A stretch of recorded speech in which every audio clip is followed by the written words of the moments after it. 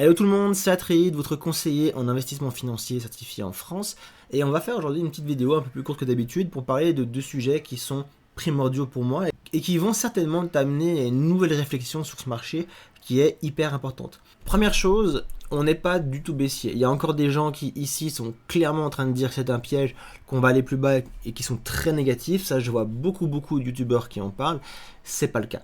C'est pas le cas, et si tu suis les youtubeurs qui commencent par analyser un graphique en te disant ici on avait une structure en double top qui ressemblait à 2021, ça veut dire qu'on va plonger, tu peux tout de suite switcher de chaîne parce que c'est du gros délire. Ce qui se passe au niveau du prix n'est que la résultante de ce qui se passe avant. Principe de liquidité, macroéconomie. On tombe dans les choses qui sont un peu complexes et que les gens n'aiment pas. Les gens préfèrent repérer des petites structures sur les graphiques, c'est très simple à voir. Par contre, la macro, parler des interactions entre les bons du trésor, les yields, la dette, etc., ça devient plus complexe et donc les gens lâchent. Mais c'est exactement ça qu'il faut regarder, parce que c'est ça qui amène à cette conséquence, soit ça monte, soit ça descend. Et petit spoiler, si tu regardes cette chaîne depuis des semaines, tu le sais. Si tu découvres cette chaîne maintenant, eh ben tu vas le savoir maintenant. Tout est au vert pour continuer de boule. Ce breakout ici, il est soutenu par les instits grandement. C'est pas du retail qui achète ça, on a du short de retail qui se fait exploser, donc des gens qui parient à la baisse, qui perdent et qui, quand ils perdent, sont obligés de racheter les positions. Ils parient à la baisse pour racheter plus bas, mais qu'est-ce qui se passe si le prix part dans le sens inverse? Ils doivent racheter plus haut. Ça donne un achat un peu forcé au marché, ce qui fait que forcément le marché est poussé par ces liquidations. Mais on a également de l'achat instit, je te montrerai les graphes la semaine prochaine, où les gros portefeuilles qui ont minimum 10 millions de dollars de bitcoin accumulent encore. Donc c'est pas du retail qui vient acheter ça, le retail n'est pas encore présent et ça c'est une super nouvelle. Donc premier principe, on n'est pas du tout baissier, même pour te dire, tu as le lien du Discord en description, des membres pourront corroborer ce que je vais dire, mais ce début de semaine, ce lundi, on avait appelé sur le Discord un nouvel ATH qui serait fait cette semaine. Donc c'est pas quelque chose qu'on dit chaque semaine, bien entendu, on l'a jamais dit depuis le début de cette année. Et lundi, on a fait une vidéo, on s'est dit là, c'est bon, il y a un nouvel ATH cette semaine. Et force est de constater que l'ATH est là. On l'a dit grâce à des données qui sont hyper précises que personne ne peut nier. Voilà, c'était pas un coup à la Madame Irma, on avait tout entre les mains pour pouvoir le discerner et le voir venir. Donc ça c'est le premier point, on n'est pas du tout baissier. La réflexion que j'aimerais amener aujourd'hui, c'est une réflexion tirée de cette image. Cette image, c'est une image qui tourne partout depuis 2017 et qui démontre, soi-disant, les phases dans lesquelles ce qu'on appelle la rotation des actifs et surtout la rotation de l'argent se fait dans le marché crypto. On a d'abord le Bitcoin qui engendre beaucoup d'argent. L'argent rentre sur Bitcoin, Bitcoin part avant les autres et on a ensuite Bitcoin qui stagne un petit peu au profit d'Ethereum, au profit ensuite des large caps, donc les altcoins qui sont très capitalisés, style XRP, Solana, etc. Et ensuite, en fin de bull run, on a cette fameuse alt season dont tout le monde parle, qui sont quoi finalement? Les mid cap et les nano cap, donc les petites cryptos, qui performent. Voilà. Il faut voir ça un petit peu comme une cascade. On a d'abord le premier niveau qui est Bitcoin, et ensuite ce premier niveau rayonne sur les autres, de l'argent sort, et forcément vu que Bitcoin est immensément plus capitalisé que tout le reste, et bien un petit peu d'argent qui sort de Bitcoin, ça fait pumper tout ça très fortement. Donc ça, c'est ce qu'on connaissait, et ce qu'on voit à l'heure actuelle sur les réseaux, et surtout auprès des youtubeurs anglais, pas trop au niveau de la francophonie encore, mais ce sont des youtubeurs anglais qui disent attention, on arrive à des niveaux clés au niveau du S&P 500, au niveau du Nasdaq, ils tirent des trendlines comme ça, où le sommet se situe plus ou moins ici, aux alentours des 6400, 6500 points, en appelant à un ATH tout bientôt et à un retracement très fort du marché. Ce qui est hyper important, c'est qu'il faut comprendre quelque chose, et ce petit quelque chose, je vais te le dire, j'en ai parlé hier avec le groupe privé dans le live, c'est que dans cette charte ici, il faut faire une mise à jour. Cette charte n'est plus véridique et ne marche plus, il faut la mettre à jour parce que ici, on est en réalité non pas en phase 1 mais en phase 2. Bitcoin est devenu la phase 2. La phase 1, c'est le S&P 500 et le Nasdaq. Pour ceux qui découvrent ce que c'est, on fait un petit rappel très rapidement. Le S&P 500 est un indice boursier américain qui regroupe les 500 entreprises les plus cotées et les plus capitalisées, surtout pas les plus cotées mais les plus capitalisées aux États-Unis. Donc ça regroupe tous les secteurs. Le Nasdaq, en revanche, ce sont les 100 entreprises de la tech, donc du secteur technologique tout confondu. Ça peut être du Nvidia, ça peut être du Apple, tout tant que c'est du secteur technologique, les 100 boîtes les plus capitalisées aux États-Unis. Et ce qui se passe, c'est que ces marchés sont similaires en un point, c'est qu'ils sont dans le même secteur, les actifs dits à risque. Le S&P 500 est capitalisé à l'heure actuelle quasiment à 60 trillions de dollars, si je dis pas de bêtises, si on arrondit, à la valeur supérieure. Le Nasdaq est capitalisé environ à 48-49 trillions de dollars, alors que le marché crypto stagne encore à environ 3,8 maintenant je crois trillions de dollars. Donc on a deux marchés sur les marchés à risque qui sont encore plus de 10 fois supérieurs au marché crypto.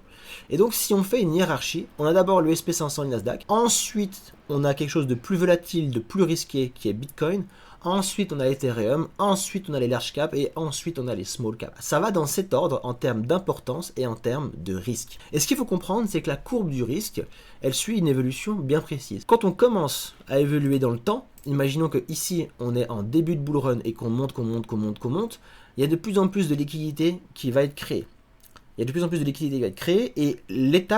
les étapes vont toujours être les mêmes. On va d'abord aller sur un indice où il y a de la volatilité, mais on reste plus ou moins sécuritaire encore. Donc on va sur le marché dit à risque, mais on va prendre dans le marché à risque ce qui est le plus sécuritaire. Et qu'est-ce qui est le plus sécuritaire? C'est le machin qui a le moins de volatilité et qui est le plus capitalisé, Nasdaq et S&P 500. Donc on vient dans ce marché-là, et une fois qu'on a pris nos bénéfices et que ce marché va se calmer, on va avoir, quand je dis on, ce sont les gros joueurs, ils vont avoir plus d'appétence au risque. Et une fois qu'ils auront fait des gains, ils vont avoir de l'appétence au risque, et cette appétence au risque va se traduire par quoi? Un ralentissement du marché action, qui se traduit typiquement par ces deux courbes ici. On voit l'angle ici, il est vachement pentu, alors que ici, la droite ralentit. Qu'est-ce que ça veut dire? C'est-à-dire qu'il y a moins d'argent qui rentre dans ce marché, parce que l'argent va aller justement juste dans la phase du dessous. Et la phase du dessous, c'est quoi? C'est Bitcoin. Et une fois que Bitcoin aura rayonné et aura accéléré, il se passe quoi? L'appétence au risque va continuer, on reprend cette petite droite, va continuer, et plus on va avancer vers la fin du bull run, plus l'appétence au risque va grandir, avec à chaque fois la sollicitation de l'actif un peu plus risqué qui est juste en dessous, mais qui offre des gains plus élevés, Ethereum, large cap, et on finit par la dernière phase, ad season, parce que il y a l'appétence au risque qui est au niveau maximal. On va chercher les actifs qui ont le plus de volatilité. Et c'est comme ça que ça se passe. Et c'est pour ça que, selon moi, cette charte ici est à revoir. Bitcoin est la phase 2 et la phase 1, c'est le S&P 500 Nasdaq. Et je vais te le montrer maintenant. Bitcoin, ce qui est très intéressant, c'est qu'on sait maintenant, il y a beaucoup d'institutions qui sont dans ce marché, énormément. Il y en a de plus en plus qui rentrent. Et ça fait plus ou moins depuis 2017 qu'on a un marché crypto qui s'institutionnalise. Avant 2017, il y avait très peu d'institutions. Maintenant, il y en a beaucoup. Et donc forcément, je dis toujours, ces institutions, elles débarquent d'où? Elles débarquent d'ici, de nulle part ailleurs. Et donc, elles viennent avec leur argent, certes, mais elles viennent surtout avec leur mentalité. Et leur mentalité, c'est exactement celle que je viens de vous démontrer maintenant. Et quand on regarde un petit peu ce qui se passe sur Bitcoin et sur le SP500 depuis maintenant les deux derniers cycles, 2021 et 2017, pourquoi pas avant, parce que le marché n'était pas institutionnalisé sur Bitcoin, on voit quelque chose qui est très intéressant. Si on prend le cycle de 2020-2021, dont la structure est quasiment identique pour l'instant, en tout cas au niveau du SP500, on verra par rapport à Bitcoin, mais Bitcoin suit considérablement cette trajectoire. On a eu la frayeur de Covid, qui a créé un V-bottom, la frayeur des tarifs qui crée un V-bottom, et on a un SP500 qui rebondit et qui, vous voyez, on rejoint juste les lows, ici, à une pente ascendante, mais vraiment hyper ascendante. Et pour l'instant, Bitcoin fait quoi? Bitcoin stagne un petit peu sur le côté. On voit S&P 500 qui fait un nouvel ATH, Nasdaq qui fait un nouvel ATH, et tous les commentateurs qui sont sur le côté disent mais c'est bizarre, S&P 500 fait un nouvel ATH, Nasdaq aussi, Bitcoin a du retard, pourquoi? La raison, elle est là. C'est qu'on a justement différentes phases, ça c'est pour après, et la phase 1, c'est d'abord le marché action. Et une fois que le marché action a bien pumpé, il se passe quoi? Juste ici, il y a une transition qui se fait. Vous pouvez voir, la transition, elle se fait ici, des actifs, parce qu'à partir de ce moment-là, on a par contre Bitcoin qui accélère, qui capitalise beaucoup plus les flux rentrants au niveau de l'argent, alors que le S&P 500 capitalise toujours des entrées, mais beaucoup moins. Regardez bien les trajectoires. Comme on est ascendant très fortement, ici on est ascendant, mais globalement c'est même moins ascendant que ce que j'ai mis, voilà. C'est même moins ascendant, donc il y a de l'argent qui rentre, les algorithmes font leur travail, il n'y a pas de souci. Ici il y a un changement de tendance clairement, et on le voit directement ici par une décorrélation de Bitcoin par rapport au SP500. Vous voyez ici, c'est très net, hein, on voit en haut S&P 500 qui corrige, Bitcoin qui commence à monter. Et alors que les deux marchés sont hyper corrélés à 80%, cette décorrélation s'explique pourquoi, parce que l'argent qui sort ici vient sur Bitcoin. Tout comme quand Bitcoin a fini sa phase et que de l'argent sort de Bitcoin, les altes montent parce que cet argent est juste remployé ailleurs. Et ça, il faut le comprendre. Et à partir de là, on a deux trajectoires qui sont totalement différentes. On a un SP500 qui monte beaucoup moins rapidement et on a un Bitcoin qui accélère.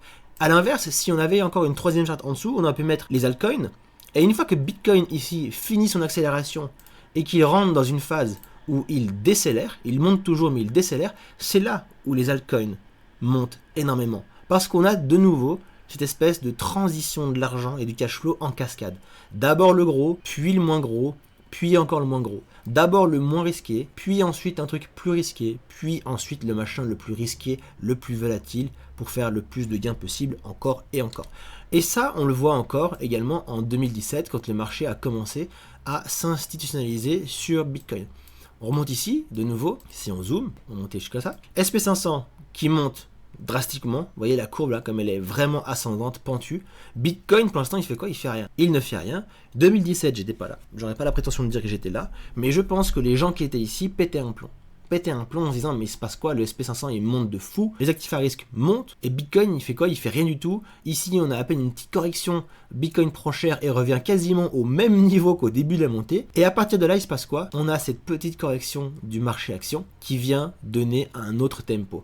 Là on a Bitcoin qui se décorrèle, vous voyez Bitcoin monte fortement alors que le SP500 corrige. Alors oui, fortement, parce que ces deux petites bougies, déjà, c'était du 26%, 27% sur Bitcoin. Et à partir de là, on retrouve la même structure. Ralentissement de la hausse sur le SP500, accélération sur Bitcoin, parce que l'argent transite ailleurs.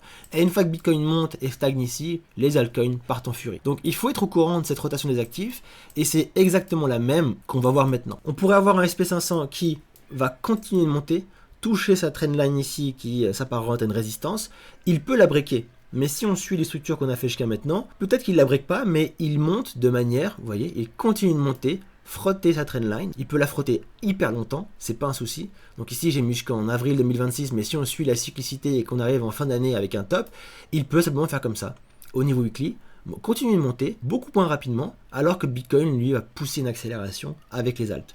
Et qu'une fois que Bitcoin arrivera sur un nouveau top ici où il fera à peu près comme ça, c'est ici où on aura les alts qui vont faire leur dernière montée, leur dernière poussée. Ok?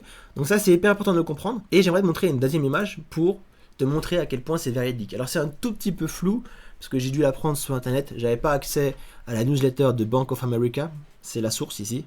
BofA Securities, c'est Bank of America si jamais, où on voit ce qui se passe à l'heure actuelle. Et ce qui se passe à l'heure actuelle, c'est en fait les rentrées et sorties d'argent sur le Nasdaq et le SP500. Et ce qu'on voit à l'heure actuelle, c'est qu'on a une sortie d'argent sur le Nasdaq et le SP500 des institutions, des hedge funds. Les retail achètent évidemment. Ceux qui achètent beaucoup, ce sont les entreprises, encore. Les entreprises achètent énormément.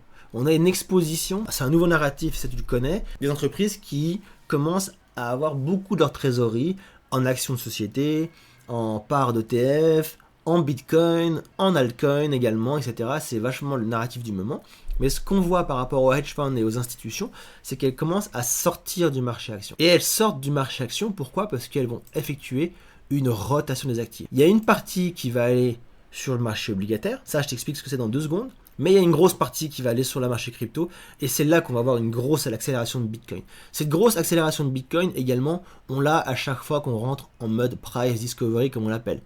On a eu ici, une fois qu'on a franchi le plus haut, c'était juste après la phase hyper ascendante, c'était juste après la phase hyper ascendante du S&P 500, on break les plus hauts, le S&P 500 commence à ralentir, et c'est là où Bitcoin accélère. Pareil, juste ici en 2017, on pète le all-time high de Bitcoin, c'est là où le S&P 500 commence à ralentir, où juste précédemment le S&P 500 avait accéléré, et ensuite c'est Bitcoin qui accélère. On a les mêmes paramètres.